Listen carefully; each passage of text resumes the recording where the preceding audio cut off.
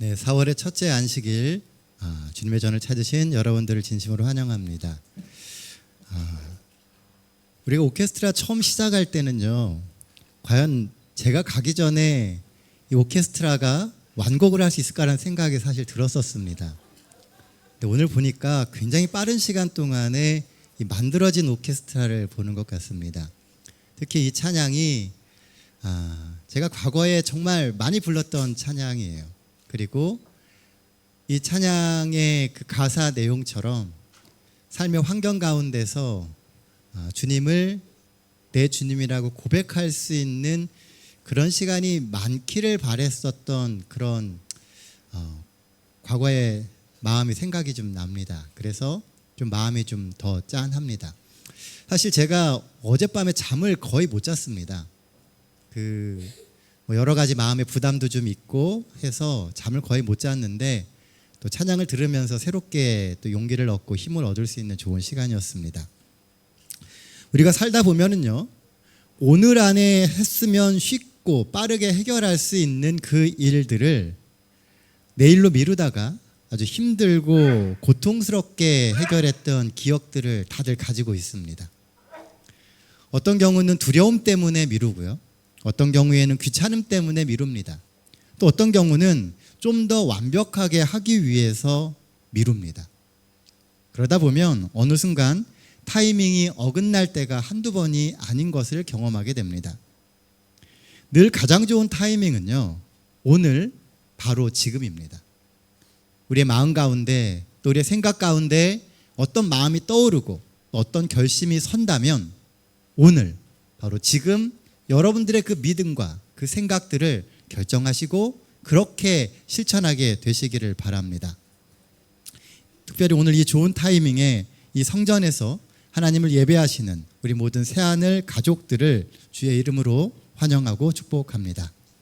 오늘 함께 나눌 말씀은요, 마가복음 5장 25절로 34절에 있는 말씀입니다. 신약성경 마가복음 5장 25절로 34절입니다. 우리 한 절씩 번갈아 가면서 읽도록 하겠습니다. 25절 말씀입니다. 12회를 혈루증으로 알아온 한 여자가 있어 많은 의사에게 많은 괴로움을 받았고 가진 것도 다 허비하였으되 아무 효염이 없고 도리어 더 증하여졌던 차에 예수의 소문을 듣고 무리 가운데 끼어 뒤로 와서 그의 옷에 손을 대니 이는 내가 그 옷에만 손을 대어도 구원을 받으리라 생각함일러라. 이에 그의 혈루병이 곧 마름에 병이 나은 줄을 몸에 깨달으니라. 예수께서 그 능력이 자기에게서 나간 줄을 곧 스스로 아시고 무리 가운데 들어가 말씀하시되 누가 내 옷에 손을 대었느냐 하시니 제자들이 여짜오되 우리가 애워싸 미는 것을 보시며 누가 내게 손을 대었느냐 모르시니까 하되 예수께서 이 여자를 보려고 둘러보시니 여자가 자기에게 이루어진 일을 알고 두려워하여 떨며 와서 그 앞에 엎드려 모든 사실을 여쭈니 예수께서 이르시되 따라 내 믿음이 너를 구원하였으니 평안히 가라. 내 병에서 놓여 건강할지어다. 네, 감사합니다. 오늘 말씀은 우리가 잘 아는 12해 혈루병을 앓은 어떤 여인의 이야기입니다. 너무나 많이 들었던 이야기죠. 오늘은 이 본문의 말씀을 통해서 우리가 주 안에서 어떠한 선택을 해야 되는지, 그리고 우리의 선택이 어떻게 우리의 삶을 바꾸는지에 대한 이야기를 같이 좀 해보려고 합니다. 본문이 주는 첫 번째 기별은요, 예수를 통해 정결해지라라고 하는 것입니다. 27절 말씀입니다. 예수의 소문을 듣고 무리 가운데 끼어 뒤로 와서 그의 옷에 손을 대니. 종종 어떤 분은 이 본문에 나오는 이 여인의 병에 대해서 혼동을 합니다. 성경은 이 여인이 가지고 있는 병을 혈루증이라고 이야기를 해요. 그런데 어떤 분들은 피가 잘 응고되지 않는 혈우병과 이 혈루증을 혼동하시는 분들이 계십니다. 피가 잘 응고되지 않는 혈우병은 여성에게는 나타나지 않아요. 그리고 이것은 오직 남성에게만 나타납니다. 그러므로 이 여인의 병은 혈우병이 아닙니다. 그럼에도 영어 성경에는 bleeding이라고 하는 표현을 씁니다. 그 이야기는 피가 계속 흐른다는 거죠. 아마도 이 여인은 하혈이 잘 멈추지 않는 부인과 질환을 가지고 있었던 것으로 추측을 해볼 수가 있습니다. 하혈이 12년간 머무르지 않고 계속 피가 난다면 이 여인의 삶은 얼마나 힘들었을까요? 아마 이 여인은 우리가 말로 표현하는 것 그 이상의 어려움을 겪고 살아가고 있었을 것입니다. 레위기 15장의 율법에 의하면요, 출혈이 있는 여인은 부정합니다. 그래서 7일간 타인과의 접촉이 금지되고요, 모든 종교 활동과 사회생활에 제한이 있었습니다. 그런데 하루도 아니고요, 12년간 지속되다 보니까 이 여인은 다른 사람들과 어떤 관계를 맺고 종교 생활을 할 수도 없고 가족들과도 떨어져서 살 수밖에 없었던 것인 겁니다. 또한 율법은 피가 흐르는 이 여인을 이미 부정한 사람으로 낙인을 찍은 상태였습니다. 자신만 부정한 게 아니라 이 여인을 만지는 모든 사람들이 다 부정해집니다. 그런데 본문에 보면 이 여인들이 의사를 만났다고 이야기를 하거든요. 이 여인이 만났던 의사는 아마 이 여인을 굉장히 무슨 벌레 보듯이 봤을 것입니다. 왜냐하면 그 여인을 만지는 순간 자신도 부정해집니다. 그리고 그날 하루는 그 어떤 환자도 받을 수가 없어요. 그러니까 몇 배나 더 되는 돈을 요구했을 것이고요. 그 결과 이 여인이 가지고 있던 재물도 다 사라졌습니다. 그리고 웬만하면 의사들도 이 사람을 만나려고 하지 않았던 것입니다.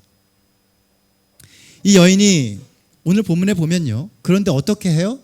와서 예수님을 만집니다. 그런데 놀랍게도요, 이 여인이 예수님을 만지면 예수님이 부정해져야 되잖아요. 근데 오늘 본문은 그 반대 이야기를 합니다. 예수님이 부정해지는 것이 아니라 부정한 여인의 혈루의 근원이 말랐고 예수님이 오염된 것이 아니라 이 여인이 정결해졌다라고 표현하고 있다는 거예요. 사람들이 이야기하는 일반적으로 가지고 있던 그 생각과는 정반대의 일이 이 여인에게 일어났다는 겁니다. 이게 바로 예수를 붙들고 또 믿고 사는 사람들이 누리게 될 구원의 능력입니다. 히브리서 9장 12절은 이렇게 말을 합니다. 오직 자기의 피로 영원한 속죄를 이루사 단번에 성소에 들어가셨느니라. 옷자락을 만짐으로 그녀의 죄가 예수님께 전가되게 되고 예수님의 깨끗함으로 이 여인의 부정함이 정결하게 되었습니다. 나의 죄를 예수께 넘기는 회개가 이루어져야 그분의 피로 깨끗게 될 수 있다는 것입니다. 우리가 성서제도를 공부할 때 정말 많이 들었던 이야기죠. 우리는 우리의 죄를 매일 하나님께 넘겨드리는 회개의 삶을 살아야 돼요. 성소제도에서도 매일의 속죄로 성소가 더럽혀져야 비로소 대속죄일의 정결이 가능합니다.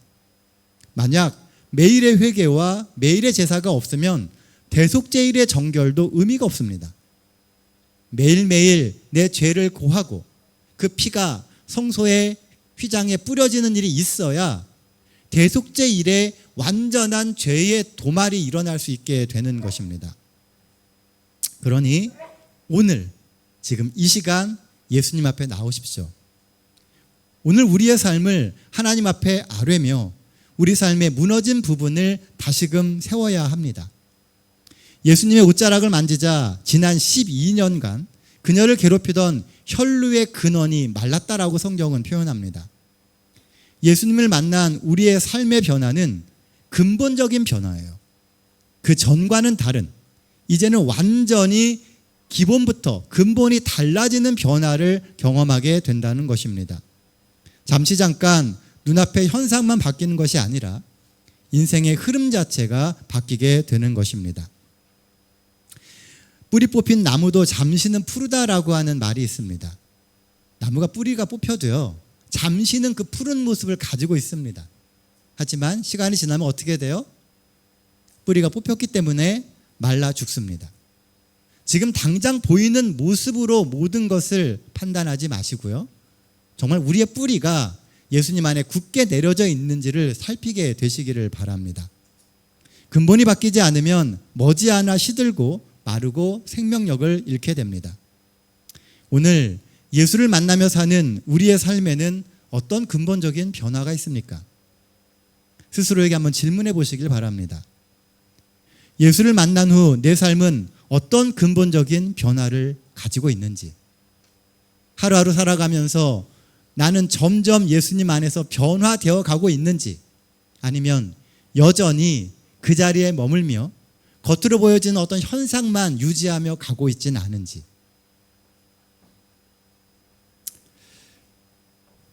혹 뿌리는 변하지 않고 눈앞의 현상을 잘 꾸미며 사는 그런 인생을 살고 있지는 않습니까? 오늘 우리의 삶에도 이 여인처럼 예수를 만남으로 근본적인 삶의 변화가 있게 되길 간절히 바랍니다. 본문이 주는 두 번째 기별은 믿음은 들음에서 난다라는 것입니다. 27절 말씀입니다. 예수의 소문을 듣고 무리 가운데 끼어 뒤로 와서 그의 옷에 손을 대니. 자, 이 여인이 치료의 믿음을 갖게 된 것은요, 예수님에 대한 소문을 들었기 때문입니다. 아까도 말씀드렸지만 이 여인은 12년이라는 시간 동안이요, 대중들로부터 격리되어서 살았습니다. 가족들과도 떨어지고 마치 문둥병에 걸린 사람처럼 마을 밖에 사람들이 없는 곳에서 살았던 사람이라는 것이죠. 그런데 이 여인에게 어느 날 예수님에 대한 소문이 들린 겁니다. 이 여인이 예수님에 대한 소문을 듣게 되었다는 얘기는 누군가는 그 예수님에 대한 이야기를 했다는 것입니다. 마을 밖에서 격리되어 있던 이 여인의 귀에 들릴 정도면 지나가는 수많은 사람들이 그 예수에 대해서 이야기를 했다는 것을 추측해 볼 수 있습니다. 그 소문이 없었다면 그녀의 믿음 또한 시작되지 못했을 것입니다. 늘 믿음은 들음에서 나옵니다. 그리고 그런 들음이 있으려면 누군가는 말해야 하고 누군가는 전해야 합니다. 그래서 복음 전도가 중요한 거예요. 아무도 안 듣는 것 같지만 누군가는 우리의 이야기에 귀를 기울이고 그것으로 자신의 인생의 새로운 꿈을 꿉니다. 그리고 믿음을 실천한 기회를 갖게 되는 것이죠. 성경을 읽어보면 혈루증에 걸린 이 여인의 치유 이야기는 마치 예수께서 회당장 야이로의 딸을 고치러 가는 그 과정에서 있었던 아주 우연한 돌발적인 사건인 것처럼 보여집니다. 그런데요, 이 사건은 이 여인에게는 벼르고 별렀던, 그리고 철저히 계획됐던 일이라는 것입니다. 사람들이 볼 때는 우연히 일어난, 길에서 일어난 우연한 사건인 것처럼 보였지만 여인도 준비했고요, 예수님도 의도적으로, 희대소망에 보면 의도적으로 그 여인이 있는 곳으로 가셨습니다. 예수님도 준비하셨다는 거예요. 우리가 일상적으로 살아가고 있는 우리의 삶에 아주 일상적인 그 모습 가운데 하나님께서는 하나님의 계획을 가지고 인도하시는 길들이 있습니다. 그리고 그 길 가운데는 복음을 듣고 그 마음 가운데 믿음을 가진 수많은 사람들의 믿음의 도전들이 있다는 것입니다. 성경을 읽으면서요, 우리는 이 여인이 가졌던 그 믿음에 대해서 생각해 보게 됩니다. 들었던 복음을 믿음으로 실천할 준비된 기회의 시간을 갖는 수많은 사람들의 이야기가 있어요. 희대소망 343페이지는 이렇게 기록합니다. 예수께서 행하신 치료의 소식을 듣자 그 여자의 소망은 되살아났다. 그전까지 이 여인은 자신이 갖고 있던 모든 소망을 다 포기했어요. 인생에 이제는 목표도 없고 낙도 없고 의미도 없다고 생각했다는 것입니다. 그런데 예수님의 소식을 듣자마자 그 마음 가운데 소망이 되살아났습니다. 그 여인은 그분께 갈 수만 있다면 고침을 받으리라고 확신하였다. 그 여자는 그분께서 지나실 때에 앞으로 나아가서 그분의 옷자락을 간신히 만지는 데 성공하였다. 그 한 번의 만짐에 그 여자의 일생의 믿음이 집중되었고 그 즉시 그 여자의 고통과 쇠약함은 온전한 건강의 활력으로 바뀌었다. 그 한 번의 만짐에 그 여자의 일생의 믿음이 집중되었다고 이야기합니다. 그 여인은 정말 벼르고 벼러서 이것을 시도했다는 거예요. 사람들에게 접근이 금지됐던 그 여인이 정말 돌에 맞을 각오를 하면서 예수의 옷자락을 만졌다는 겁니다. 그런 믿음의 도전이 있었기에 그녀의 삶에 진정한 변화가 있었던 것입니다. 믿음은 예수님의 말씀이 나의 꿈이 되는 것입니다. 그러므로 복음을 더 자주 들어야 하고 더 자주 널리 전해야 합니다. 우리가 전하는 복음을 듣고 그 어떤 사람의 구원의 소망이 생길지 우리는 알 수 없습니다. 그러나 확실한 것은 그렇게 누군가에게 전해주었던 그 복음으로 우리 역시 오늘 이 자리에 있었다는 겁니다. 누군가가 전해준 그 복음 때문에 오늘 우리가 이 자리에 있을 수 있는 복을 누리는 것입니다. 말씀을 준비하면서 시편 42편의 말씀이 떠올랐습니다. 하나님이여 사슴이 시냇물을 찾기에 갈급함같이 내 영혼이 주를 찾기에 갈급하니이다. 내 영혼이 하나님 곧 살아계신 하나님을 갈망하나니 내가 어느 때에 나아가서 하나님의 얼굴을 배울까? 사람들이 종일 내게 하는 말이 내 하나님이 어디 있느뇨 하오니 내 눈물이 주야로 내 음식이 되었도다. 내가 전에 성의를 지키는 무리와 동행하여 기쁨과 감사의 소리를 내며 그들을 하나님의 집으로 인도하였더니 이제 이 일을 기억하고 내 마음이 상하는도다. 내 영혼아 내가 어찌하여 낭망하며 어찌하여 내 속에 불안해하는가? 너는 하나님께 소망을 두라. 그가 나타나 도우심으로 말미암아 내가 여전히 찬송하리로다. 시편 기자는 자신이 처해 있는 정말 옴짝달싹하지 못하는 그 상황을 놓고 이 시편을 이야기합니다. 왜 고민하고 왜 두려워하고 왜 걱정하냐고 이야기합니다. 하나님이 늘 함께 계시고 하나님이 우리의 삶 속에 역사하신다라고 이야기합니다. 이 땅 구석구석에 복음을 갈급하는 정말 많은 영혼들이 있습니다. 그런 목마름이 삶을 바꾸고 믿음을 키웁니다. 사랑하는 성도 여러분, 믿음은 들음에서 시작되고 구원의 기별은 간절한 목마름에 담벼와 같은 희망을 줍니다. 이 여인이 사람들을 해치고 예수님 옆에까지 가는 그 길이 쉬웠겠습니까? 소외되고 격리되었던 그녀의 삶의 터전에서부터 사람들을 뚫고 예수 앞까지 나오는 과정은 결코 쉽지 않았습니다. 그러나 간절함과 복음에 대한 그 확신이 그 힘든 과정을 뚫고 예수께 올 수 있는 힘이 되었습니다.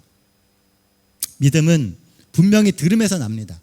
그러니 복음을 전하고 말씀을 더 자주, 더 열심히 들으십시오.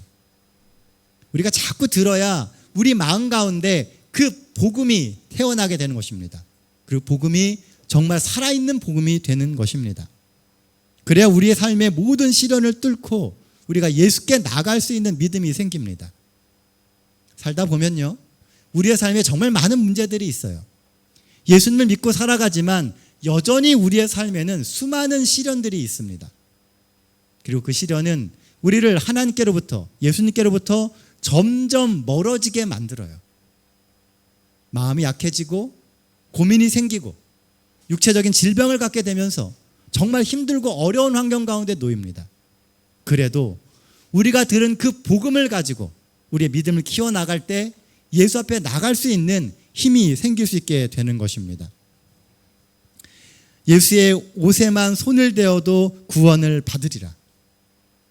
어느 누구도요, 그녀에게 이런 말을 해준 적이 없습니다. 그러나 믿음의 과정 속에서 이 여인의 마음에 예수의 옷자락만 만져도 병이 나을 수 있다라고 하는 확신이 생겼습니다. 그리고 치료받았고 삶이 바뀌었습니다. 들은 복음을 믿고 담대히 나가십시오. 그 어떤 어려움도 믿음으로 우리는 극복할 수 있습니다. 하나님이 그렇게 약속해 주셨어요. 그 믿음으로 우리는 이길 수 있다는 것입니다. 어느 유명한 수학자의 경험담입니다. 이 수학자가 대학생일 때요, 하루는 시험날 그만 지각을 하고 말았습니다. 헐레벌떡 교실에 들어갔더니요, 이미 시험지는 배부되었고 칠판에 문제가 2개가 써 있는 겁니다. 이 사람이 이 시험지를 받아서 문제를 푸는데요, 시험지에 있는 문제는 다 풀 수 있었어요. 워낙 수학을 좋아하고 잘하는 사람이었기 때문에요. 그런데 칠판에 있는 2 문제는요, 아무리 풀려고 해도 풀 수가 없는 겁니다. 수학에 자신 있었던 그는 이 문제를 보면서 굉장히 자존심이 상했어요. 그래서 이 교수님께 이 문제를 가져가서 집에 가서 풀어와도 되냐고 물어봤습니다. 교수님은 그렇게 하라 그랬어요. 그래서 사흘간 자그마치 씨름을 해서 한 문제를 풀었습니다. 그런데 다른 한 문제는 도저히 풀 수가 없는 거예요. 그래서 어쩔 수 없이 한 문제를 포기한 채 교수님을 찾아가게 되었습니다.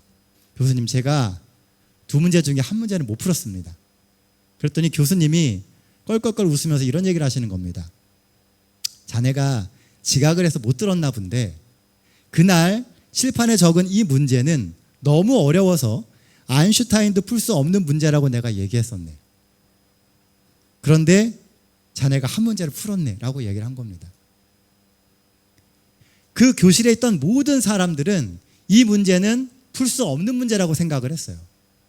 그런데 이 사람은 그 얘기를 못 들어놓으니까요, 어떻게든지 풀려고 노력하다 보니까 풀리더라는 것입니다.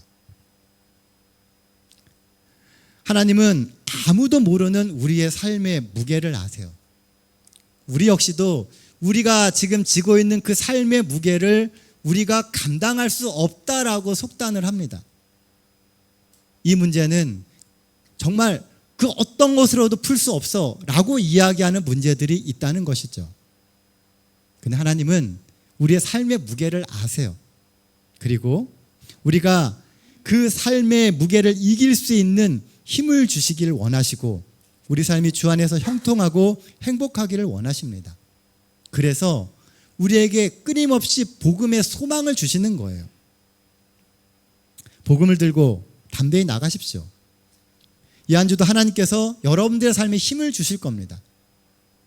우리가 직면한 그 모든 문제들을 극복하고 풀어갈 수 있는 힘을 하나님이 우리에게 주실 것입니다.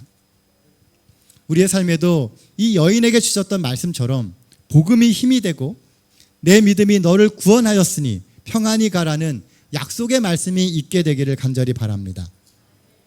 본문이 주는 마지막 3번째 기별은 하나님께 나를 단단히 붙들어 매라입니다. 30절입니다.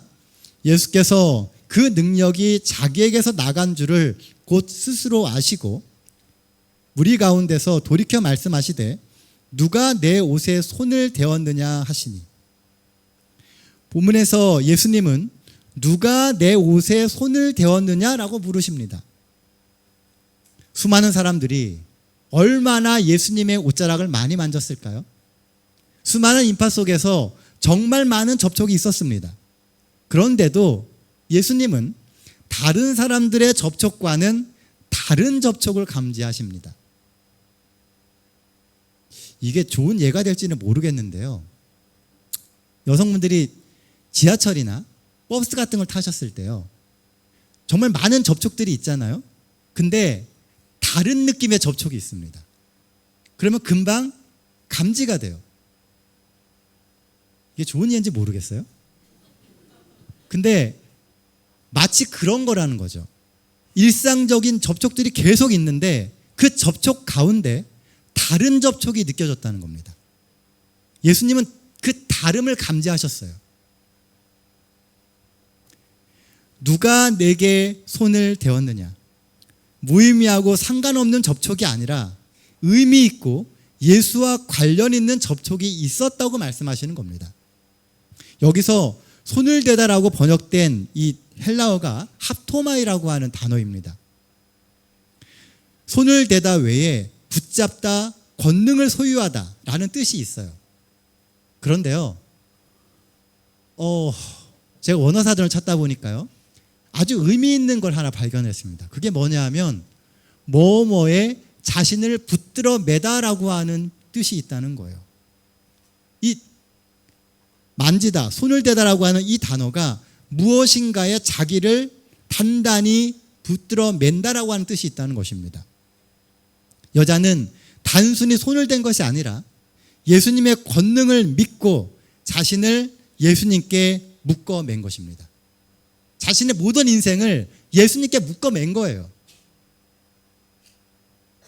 이날 수많은 사람들이 예수님께 관심을 갖고 예수님을 만졌지만 이런 죽을 각오로 자신을 예수님께 묶어맨 사람은 이 여인 하나뿐이었습니다.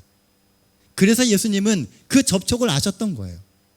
이 여인은 자신의 모든 인생을 예수님께 갖다 묶은 겁니다. 그녀는 평생 그녀를 괴롭히던 질병으로부터 구원을 경험합니다. 또한 이 치유를 통해 그녀는 영혼의 구원도 경험합니다. 예수께 나 자신을 단단히 동여매는 경험, 예수와 나를 하나의 운명의 공동체로 여기며 믿음으로 하나님께 나를 붙들어 맬 때 우리의 삶에도 진정한 변화와 회복 그리고 구원이 있게 되는 것입니다. 외경에 의하면요, 이 여인의 이름은 베로니카라고 이야기합니다. 그리고 예수님께서 갈바리로 십자가를 지고 가시는 그 길에서 예수님의 얼굴을 닦아드렸으며 그 닦은 수건에 예수의 얼굴이 그려졌다라고 하는 전설이 있습니다. 사실인지는 알 수가 없지만 이 여인의 마음이 예수께 끝까지 메어져 있었음을 추측해 볼 수가 있습니다. 외경에도 그렇게 기록을 하고 있어요. 이 여인이 그날 예수님께 자신의 인생을 붙들어 메어서 끝까지 그 메어서 갔다는 겁니다. 이 혈루병 여인이 우리의 모습입니다. 우리의 힘으로 해결하려고 하지만 해결할 수 없는 수많은 죄와 고통의 문제가 있지만 예수님만이 우리 삶의 구원이라는 것을 믿고 예수님의 거룩한 옷자락에 나를 붙들어 맬 때 예수님의 거룩함이 내 것이 되어 우리가 하나님의 자녀가 되는 것입니다. 예수께 나를 단단히 묶는 그 신앙이 중요합니다. 예수께 단단히 묶여 있으면 비록 당장은 실패한 것처럼 보여도 결국은 구원에 이르고 결국은 성공한 신앙인이 됩니다. 성경에 보면 야곱은 솔직히 인간성이 그렇게 좋아 보이지 않습니다. 속이는 사람이었어요. 그러나 하나님께 자신을 단단히 묶고 회개하며 살았기에 이스라엘의 조상이 되는 축복을 누리게 됩니다. 하나님은 이 야곱에게 하나님을 이긴 자라는 뜻의 이스라엘이라고 하는 이름을 직접 주셨습니다. 그리고 야곱은 끝까지 하나님과 동행하는 삶을 삽니다. 우리가 완전하지 않을 수 있어요. 우리가 완벽하지 않을 수 있습니다. 여전히 부족하고 모난 것이 있을지 모릅니다.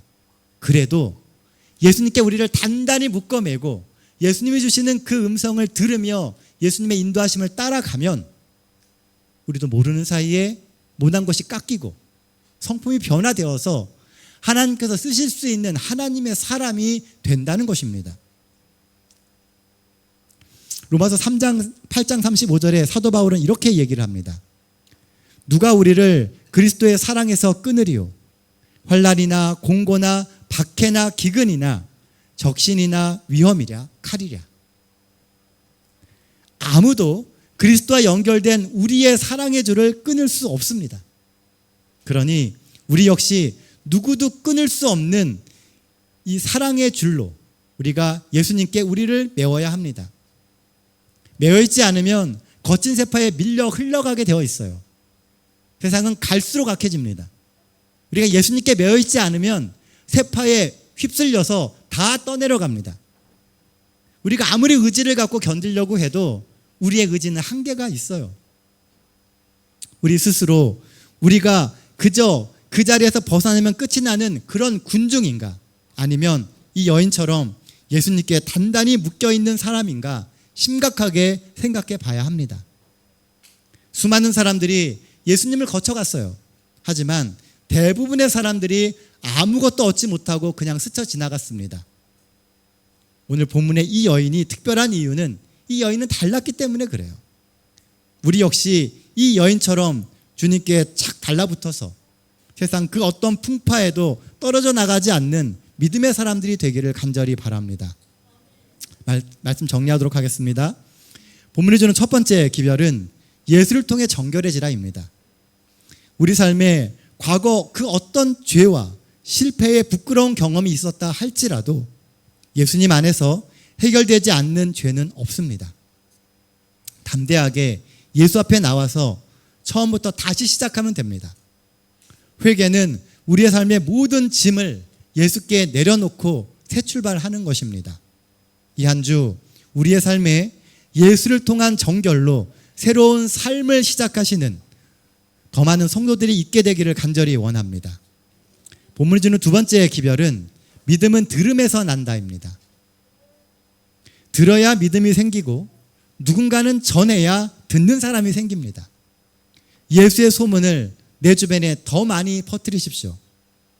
어디선가 좌절과 절망 속에서 이 복음을 듣고 새 희망을 갖게 될 사람들이 분명히 있습니다.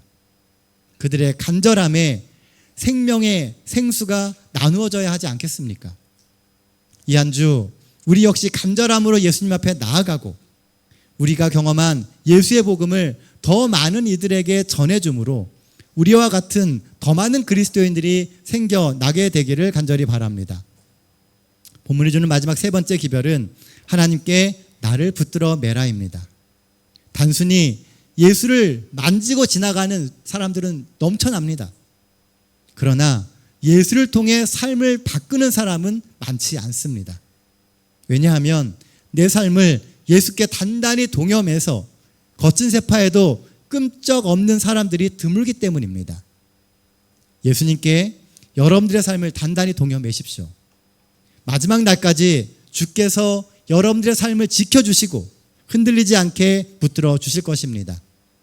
늘 우리의 삶의 주인이 되시는 예수님께서 이 한 주도 우리 모든 새하늘 가족들의 삶과 그 삶을 통치해 주시고 또한 우리가 우리의 삶을 통해 더 많은 영혼들을 만날 수 있게 되기를 간절히 소원합니다.